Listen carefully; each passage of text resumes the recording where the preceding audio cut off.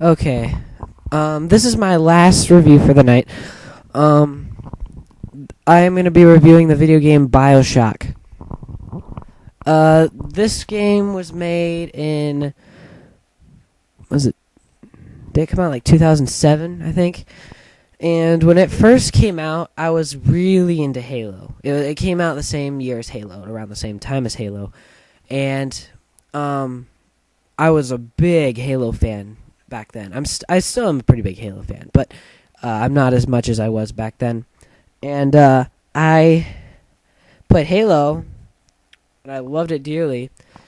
And Bioshock came, and it was beating out Halo and Call of Duty 4 and Assassin's Creed for Game of the Year. It was beating all those games.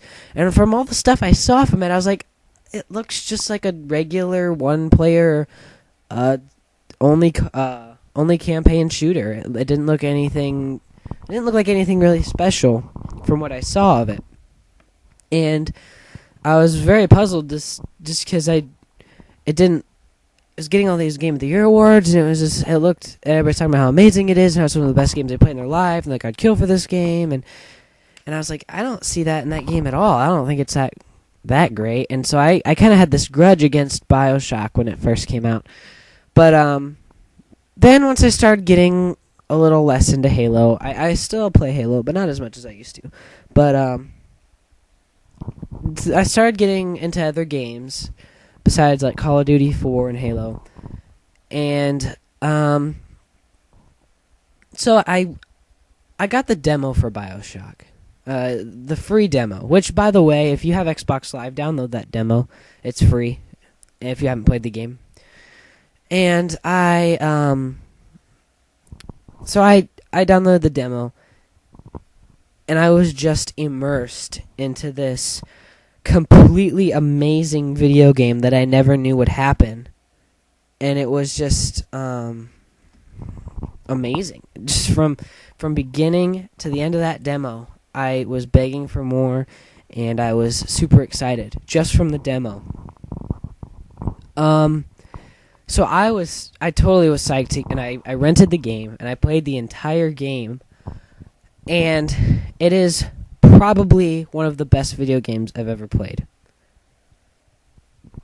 I still have a lot of video games that I love, but that is now up in my top 10 video games of all time, and I think it's a great game. I'm gonna do all the spoilers in the game, so turn this off now because there's a lot of major spoilers. But I just want to talk about them just because it's kind of my thoughts on the game instead of really a review.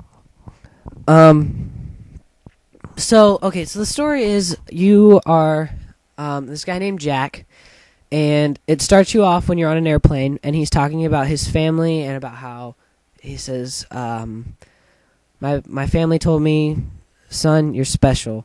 You're going to go places. And he said, you know what? They were right. And he's sitting on the plane, and all of a sudden, the plane crashes. And that's the beginning of Bioshock. The plane crashes, and basically he's the only survivor of the plane crash.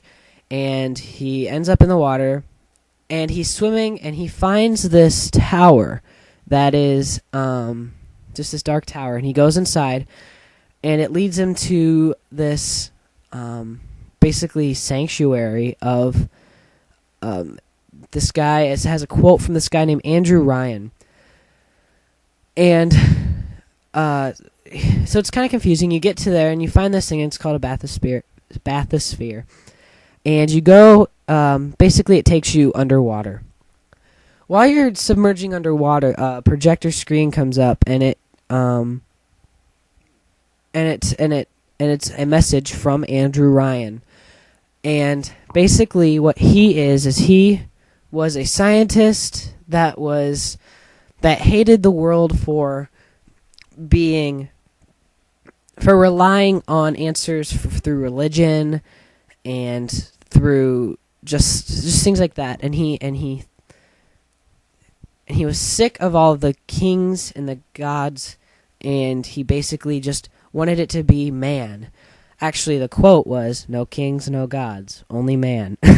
But so he basically sounds kind of crazy, and he basically made this city called Rapture, which is an entire city, and it's huge. It looks like the size of New York, and it's this entire city underwater, and it's a city that artists and scientists can go to without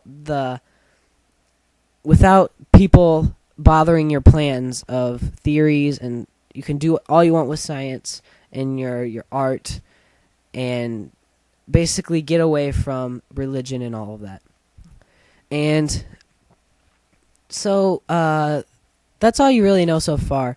And the world is just amazing. It looks amazing. Just a city underwater, just picturing it looks cool. So I gotta speed this up a little bit. So you get you end up in a building, and you find out that this place is actually very, very, very twisted. There are these things called plasmids, which genetically alter your DNA and will basically give you powers, like electricity power, where you can actually shoot somebody with electric bolts, fire, where you can, with a flick of the finger, you can catch someone on fire, telekinesis, where you can pick things up. And it's basically what kept the city alive. It was basically the big running area of the city. And and you run into this guy named Atlas who needs to find his family. So he's helping you get through Rapture and trying to help you escape Rapture. But like I was saying about the plasmids, they were so... Since they genetically altered your DNA, after a while it was like a drug, and it turned them crazy. It turned the whole city crazy, and the city went mad and basically tore itself apart. It's just a twisted place. And so you're basically trying to get out of Rapture, but you run into people who have gone insane. Basically, you run into a artist who's gone insane, and you find twisted stuff he does. I'm actually not going to give away spoilers, I don't think. You run into a plastic surgeon who went crazy, and now he kills women just for no reason.